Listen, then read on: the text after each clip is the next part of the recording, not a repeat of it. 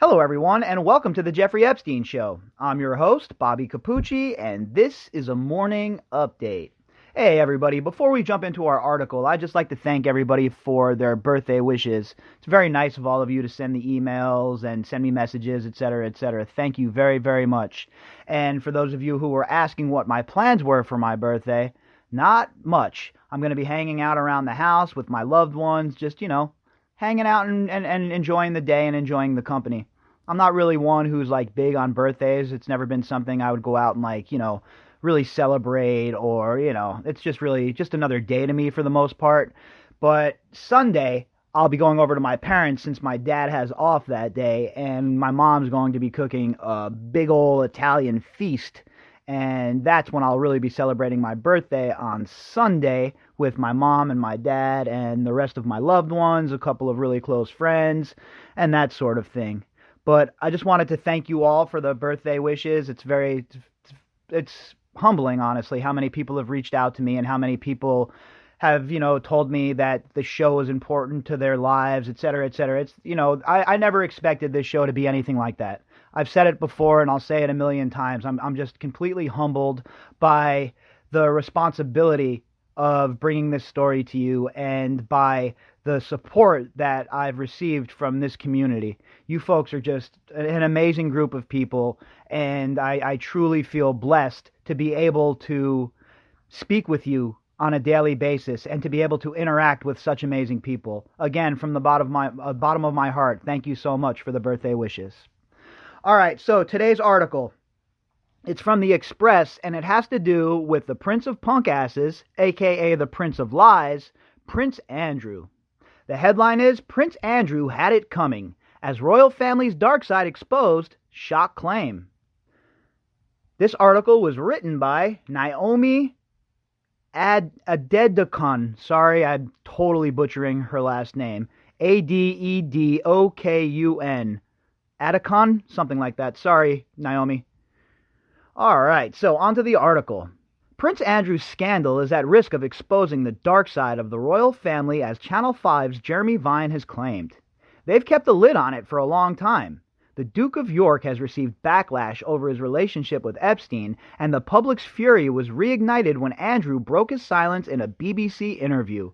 Look, anybody who has followed the royal family understands that they have a lot of skeletons in their closet. We all know the story of Jimmy Savile. We all know that story. Everybody's heard it. Everybody's researched it. Everybody's looked into it. And somehow the royals were able to skate during that scandal. Well, that's not going to happen this time. No one's letting them off the hook this time over the Epstein situation. No one's letting Prince Andrew off the hook. I don't care who he goes and hires. I don't care if he gets Johnny Cochran to get reanimated and come back from the dead. Okay? It does not matter what lawyers he hires, what sort of public crisis team he hires. We are going full bore after the Prince of Punk Asses. Prince Andrew has denied allegations he had any sexual contact with an American woman named Virginia Roberts, who claimed she was ordered to have sex with him age 17. I don't care if she was 70, folks, okay? Of course it makes it much worse when that she's underage. There's zero doubt about that. But if she was 70 and she was trafficked to this man, I would be just as enraged as I am right now. There should be 0 cases of human trafficking in the year 2020. It's modern day slavery. How is it acceptable to anybody? And I'll be honest, I'm late to the party, folks. I was so focused on Near East policy and what is going on in the Middle East for my whole entire life, pretty much, that I never took the time to do the proper research into this situation. And for that, I have a lot of regret over that. I should have been more astute. I should have been able to focus on not only my passions in the Middle East, but on things that were truly impacting even those around me. And that's my fault. I should have been more aware of what's going on, and I should have been at the forefront of speaking out against this a very long time ago. And I think that's why I'm so passionate about it now, and I grind so hard, and why I've been here for 160 straight days, 159 straight days, whatever it is, talking with you guys and going after these sick, disgusting predators, because I feel like I'm late to the party almost, and I have to make up for it. Mr. Vine told his panel, arguably, Andrew had it coming. This Epstein thing was more than a decade ago, and they've kept a lid on it for a long time. His finances are going to also take a bit of untangling. Where Andrew got his money from could fill in a book, I should think. Of course it could. Look, I don't have any evidence of it, folks. I've said it a million times. But there's obvious money laundering going on here. It's obvious that Prince Andrew was getting money from ill-gotten sources. It's obvious that Andrew was dealing with these rich, disgusting criminals who not only were involved in whatever they were involved in without Andrew, but they were also involved in situations with him. We know that Andrew was wrapped up with some dictators. We know he was wrapped up with some undesirables. And we know for a fact that him and Jeffrey Epstein were thick as thieves. All right? We know for a fact that they were BFFs. What sort of person hops on a plane, flies over the pond to break up with somebody that's not important to them, okay? Come on. Nobody believes that, Andrew. And in fact, nobody believes anything that he says at this point. Historian Tessa Dunlop added, I agree. I think he's the very dark side, and there's a dark story there. But I think more generally, it's a quagmire. We've got such an abusive relationship with our royal family. The whole nation needs a shrink to help us deal with our relationship with the Windsors. That's a telling statement, folks. Look, I'm not English, obviously, and I'm certainly not a royal historian who's followed the Windsor monarchy from the inception. But what I do know is this. Monarchies come and monarchies go. And the Windsors appeared to me to be a royal family in its dying throes. Now, again, I'm not a monarchist, I'm not some historian, but you have to think that there are other royal families within the kingdom who are looking at this as a chance to perhaps make their move to take the throne. I don't know if that sort of wrangling still happens in the royal family inside of the United Kingdom as it does in a place like Saudi Arabia. Obviously, without, the murders and stuff like that. But you would have to think there's jockeying of position going on, right? You would think that, say, the Windsor clan lost the crown, who would step into that vacuum?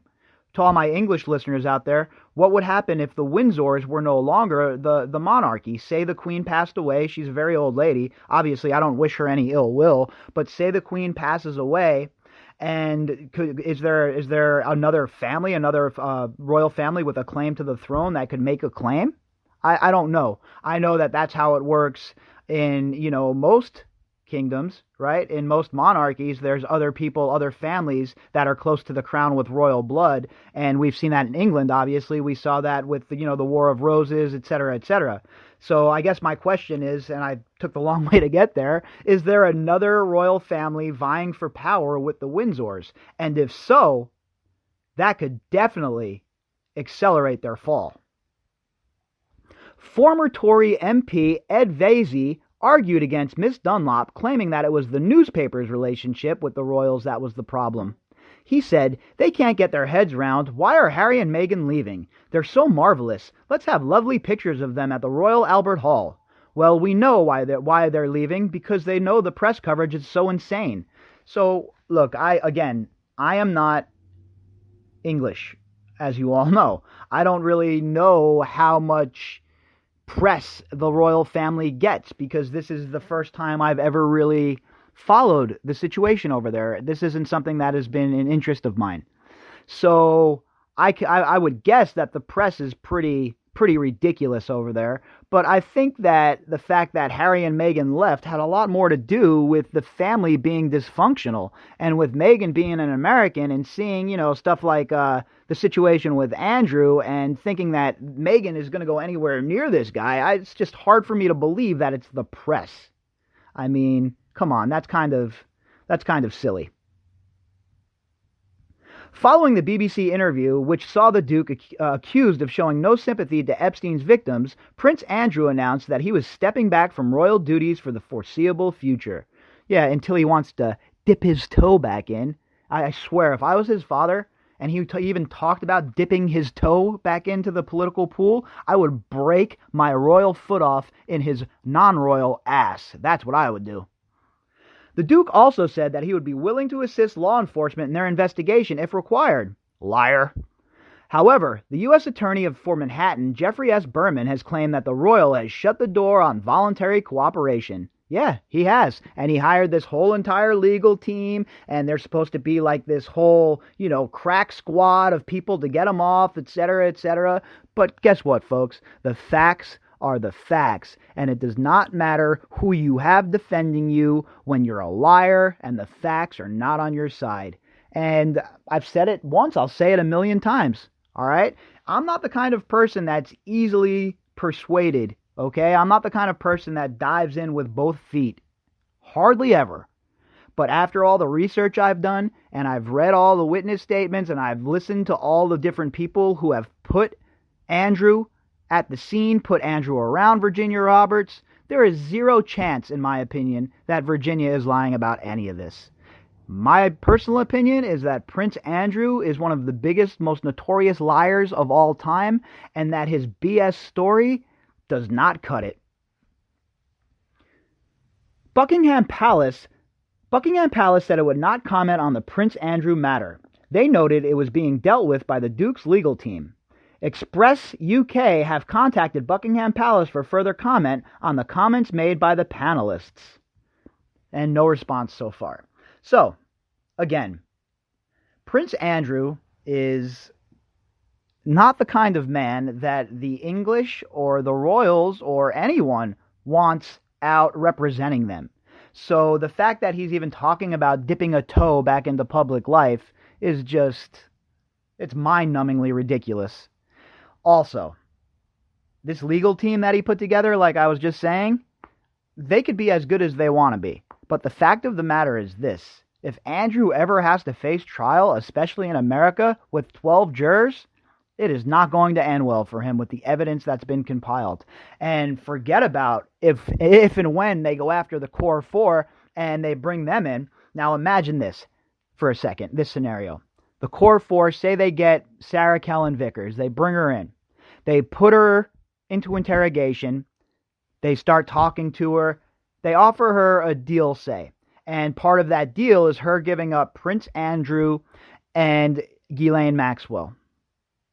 Do you really think that Prince Andrew's alibi and his excuses are going to stand in a court of law when you have material witnesses such as Sarah Kellen Vickers, as well as all the other witnesses, as well as being directly accused by Virginia Roberts? Do you really think that's going to play well in court? You saw how his alibi played out after the interview. How about when he starts getting picked apart? How about when all of these women in the core four are arrested and they're sitting on the stand and they're testifying against him? How is he going to defend against that? Doesn't matter what lawyers you have at that point. You're as good as, your goose is as good as cooked. But it all starts with the core four. Those four ladies hold the keys to the kingdom. Those four ladies know all the secrets. Those four ladies are the conduit to getting Prince Andrew and Ghislaine Maxwell. All right, folks, if you'd like to contact me, you can do that at bobbycapucci@protonmail.com. That's BOBBYCAPUCCI@protonmail.com. You can also find me on Twitter at BOBBY_CAPUCCI. If you enjoy my work and you would like to help out, you can do that by clicking on the GoFundMe link inside of the description box. All right, everybody, I will be back later on for the Daily Drop. I hope everybody enjoys their Friday, and I hope all of you stay safe.